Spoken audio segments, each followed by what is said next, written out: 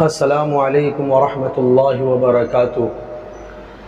الحمد للہ رب العالمین والصلاة والسلام علی سید الانبیاء والمرسلین وعلی آلہ واصحابہ اجمعین، اما بعد، اعوذ باللہ من الشیطان الرجیم، بسم اللہ الرحمن الرحیم۔ اليوم اکملت لکم دینکم واتممت علیکم نعمتی ورضیت لکم الاسلام دینا۔ وقال اللہ تبارک وتعالی فی مقام آخر ان الدین عند اللہ الاسلام۔ صدق اللہ العظیم۔ قابل احترام بزرگوں، دینی بھائیوں اور عزیز ساتھیوں، اللہ تبارک و تعالیٰ کا بڑا کرم ہوا، اس کا احسان ہوا کہ رب العالمین نے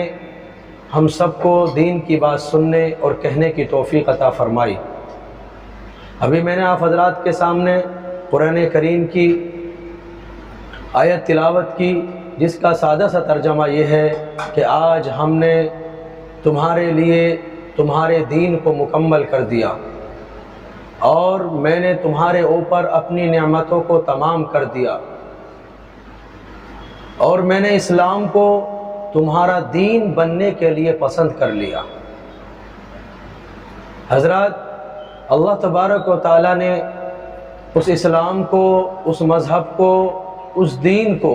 جس پر کہ امت مسلمہ عمل کرتی ہے، عمل کرنے کی دعوت دیتی ہے، عمل کرنے کی کوشش کر رہی ہے، گویا کہ اللہ تبارک و تعالیٰ نے اسے اپنی نعمت بتایا ہے۔ اور اللہ تبارک و تعالیٰ نے قرآن کریم کے اندر اور بہت ساری نعمتوں کا ذکر فرمایا کہ ہم نے انسانوں کے لیے کھانا، جانوروں کے لیے چارہ، پینے کے لیے پانی عطا فرمایا،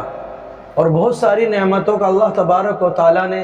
الگ الگ نام لے کر بھی اشارہ کیا کہ ہم نے دیکھنے کے لیے آنکھیں، سننے کے لیے کان، بولنے کے لیے زبان، پکڑنے کے لیے ہاتھ اور چلنے کے لیے پیر عطا فرمائے۔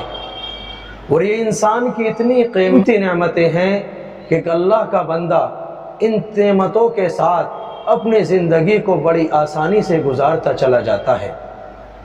آنکھ اللہ تبارک و تعالیٰ کی اتنی قیمتی نعمت ہے، اس کا اندازہ اس سے پوچھئے اور اس کی قدر اس سے پوچھئے جس کے پاس یہ دو آنکھیں نہیں ہیں، جو نابینا ہیں۔ وہ اللہ کا بندہ اس دنیا کے اندر تو ہے، لیکن اس دنیا کے اندر ایسی ہی زندگی گزارتا ہے گویا کہ وہ اس دنیا کے اندر نہیں ہے۔ وہ اللہ کا بندہ آنکھ نہ ہونے کی بنیاد پر اپنی ماں کو نہیں دیکھ سکتا، اپنے باپ کے چہرے کو نہیں دیکھ سکتا، اپنے بچوں کے چہرے کو نہیں دیکھ سکتا۔ اس دنیا کے اندر اللہ تبارک و تعالیٰ نے کتنی حسین حسین نعمتیں بنائی ہیں، لیکن وہ اللہ کا بندہ آنکھ نہ ہونے کی وجہ سے دنیا کے نظاروں سے محروم، دنیا کی چمک دھمک سے محروم۔ اللہ تبارک و تعالیٰ نے اس دنیا کے اندر کیسے اونچے اونچے پہاڑ بنائے، اللہ تبارک و تعالیٰ نے کتنا خوبصورت آسمان کو بنایا، اللہ تبارک و تعالیٰ نے اس آسمان کو کیسے ستاروں سے سجایا، لیکن یہ اللہ کا بندہ دو آنکھ نہ ہونے کی بنیاد پر ان تمام نعمتوں کے دیکھنے سے محروم ہے۔ ہاتھ کی قیمت اس سے پوچھئے جس کے پاس ہاتھ نہیں ہے۔ وہ اللہ کا بندہ کسی یتیم کے سر پر ہاتھ پھیرنے سے محروم، وہ اللہ کا بندہ اپنے بچوں کے سروں پر ہاتھ پھیرنے سے محروم ہے۔ اسی لیے اللہ تبارک و تعالیٰ نے ان تمام نعمتوں کا ذکر کرنے کے بعد فرمایا وَرَضِيتُ لَكُمُ الْإِسْلَامَ دِينًا، اور میں نے تمہارے لیے اسلام کو دین کے طور پر اور دین بننے کے لیے پسند کر لیا ہے۔ اور ایک دوسری جگہ ارشاد فرمایا ان الدین عند اللہ الاسلام، کہ اللہ کے نزدیک اگر کوئی دین ہے، اگر کوئی مذہب ہے جس پر عمل کیا جائے، جس کے مطابق زندگی گزاری جائے، تو وہ دین اسلام ہے۔ اس کے علاوہ دنیا کا کوئی بھی مذہب ہو، نصرانیت ہو، یہودیت ہو، ہندونیت ہو، اللہ تبارک و تعالیٰ کا کسی کے اوپر کوئی مغفرت کا وعدہ نہیں ہے، اور کوئی بھی مذہب اللہ تبارک و تعالیٰ کے یہاں قابل قبول نہیں ہے۔ اللہ تبارک و تعالیٰ نے انسان کے دماغ کے اندر अल्लाह तबारक व तआला ने इंसान की खोपड़ी के अंदर इतना लंबा चौड़ा दिमाग नहीं बनाया जो ये सोच सके कि एक इंसान की क्या ज़रूरत है, जिसके पास खाने को ना हो उसका क्या हो, जिसके पास पीने को ना हो उसका क्या हो, जिसके पास ओढ़ने को ना हो उसका क्या हो।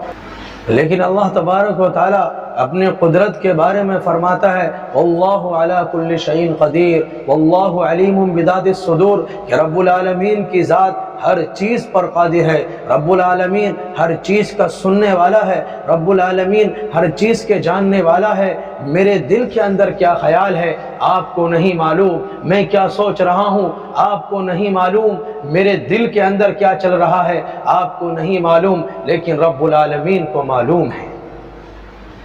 रब्बुल आलमीन की ज़ात तो वो है कि अगर ज़मीन की तह के अंदर कोई गुनाह कर रहा है या कोई नेकी कर रहा है, रब्बुल आलमीन उसको भी देख रहा है। और अगर कोई शख्स आसमान की बुलंदियों के अंदर कोई नेकी या गुनाह का काम कर रहा है, रब्बुल आलमीन उससे भी वाकिफ है। इसके बाद रब्बुल आलमीन ने फरमाया वला तुफसिदू फिल अर्द बाद इस्लाहिहा, कि लोगों ज़मीन की इस्लाह हो चुकी है, अब ज़मीन के अंदर फसाद मत मचाओ, ज़मीन के अंदर फसाद मत फैलाओ। ये मुझसे भी कहा, आपसे भी कहा, मानने वालों से भी कहा, ना मानने वालों से भी कहा, अमेरिका वालों से भी कहा, बरतानिया वालों से भी कहा कि ज़मीन की इस्लाह हो चुकी है, अब ज़मीन के अंदर फसाद मत मचाओ।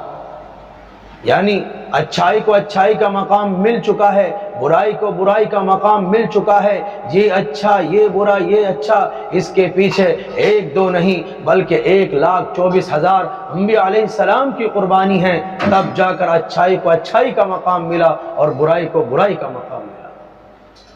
हम और आप कह दिया करते हैं कि अच्छाई अच्छी चीज़ हुआ करती है और बुराई बुरी चीज़ हुआ करती है, लेकिन हमें ये नहीं पता कि इस अच्छाई को अच्छाई का मकाम दिलाने के लिए और बुराई को बुराई का मकाम दिलाने के लिए सहाबा इकराम ने और अंबिया अलैहिस्सलाम ने कैसी कैसी कुर्बानियों का सामना किया, कैसी कैसी परेशानियों का सामना किया। अब हम सब की जिम्मेदारी ये बनती है कि हम दुनिया के अंदर से बुराई को मिटाएं और अच्छाई को फैलाएं।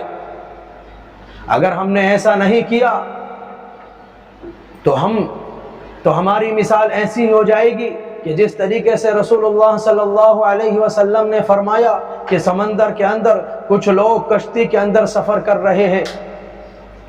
और कश्ती 2 मंजिल है, ऊपर वाली मंजिल में भी लोग हैं, नीचे वाली मंजिल में भी लोग हैं। ऊपर वाले नीचे वाले पानी लेने के लिए ऊपर वाली मंजिल पर जाते हैं और पानी लेकर आते हैं, लेकिन ऊपर वालों को नीचे वालों के पानी लेने की बुनियाद पर तकलीफ होती है और वो उनसे ये कहते हैं कि हम तुम्हें पानी नहीं देंगे, तुम्हें ऊपर आने की ज़रूरत नहीं है, अगर तुम्हें पानी की ज़रूरत है तो नीचे ही इंतज़ाम करो। नीचे वाले आते हैं और कहते हैं कि ऊपर वालों ने पानी देने के लिए इनकार कर दिया, अब पानी लेने की सिर्फ एक ही शक्ल है कि हम इस कश्ती के अंदर सुराख करें और हम पानी ले सकते हैं। फरमाया रसूलुल्लाह सल्लल्लाहु अलैहि वसल्लम ने, अगर ऊपर वालों को दिमाग ख़राब नहीं हुआ है तो उनको चाहिए कि उन्हीं पर नीचे वालों के पास आएं और उनके पैर पकड़ लें और उनसे कहें कि खुदारा इस कश्ती के अंदर सुराख मत करो, अगर तुमने इस कश्ती के अंदर सुराख कर दिया तो न तुम बचोगे न हम बचेंगे। मोहतरम बुजुर्गों, दोस्तों, हम भी इस दुनिया की कश्ती के अंदर सफ़र कर रहे हैं, इसलिए इस कश्ती के अंदर कोई बेहयाई का सुराख कर रहा है, कोई झूठ का सुराख कर रहा है, कोई दगाबाजी का सुराख कर रहा है, कोई लूटमारी का सुराख कर रहा है, कोई बदकारी का सुराख कर रहा है। मेरे बुजुर्गों, बताओ इतने सारे सुराखों के साथ ये कश्ती कैसे बच सकेगी? इसलिए जो लोग दीन की बातों को जानते हैं, जो कुरान के बारे में जानते हैं, जो हदीस के बारे में जानते हैं, जो अल्लाह और उसके रसूल के लाए हुए दीन के बारे में जानते हैं, उनकी जिम्मेदारी ये बनती है कि उन लोगों के पास जाएं जो दीन से नावाकिफ़ हैं, जो कुरान से नावाकिफ़ हैं, जो इस्लाम से नावाकिफ़ हैं, जो इस दुनिया की कश्ती के अंदर सुराख पे सुराख किए जा रहे हैं, उनके पास जाएं और उनके पैर पकड़ लें कि खुदा के वास्ते इस कश्ती के अंदर सुराख मत करो, अगर तुम ऐसा करोगे तो न तुम बच सकोगे और न हम बच सकेंगे। اس لیے ہر انسان کی ذمہ داری بنتی ہے کہ اگر اس کے پاس اللہ اور اس کے رسول کی ایک بھی بات ہے تو اس کی ذمہ داری یہ بنتی ہے کہ اس بات کو ان لوگوں تک پہنچائے جو اس بات سے ناواقف ہیں۔ اللہ تبارک و تعالیٰ سے دعا کریں کہ اللہ رب العزت ہم سب کو سننے سے زیادہ عمل کرنے کی توفیق عطا فرمائے۔ آمین۔ وآخر الدعوانا الحمدللہ رب العالمین۔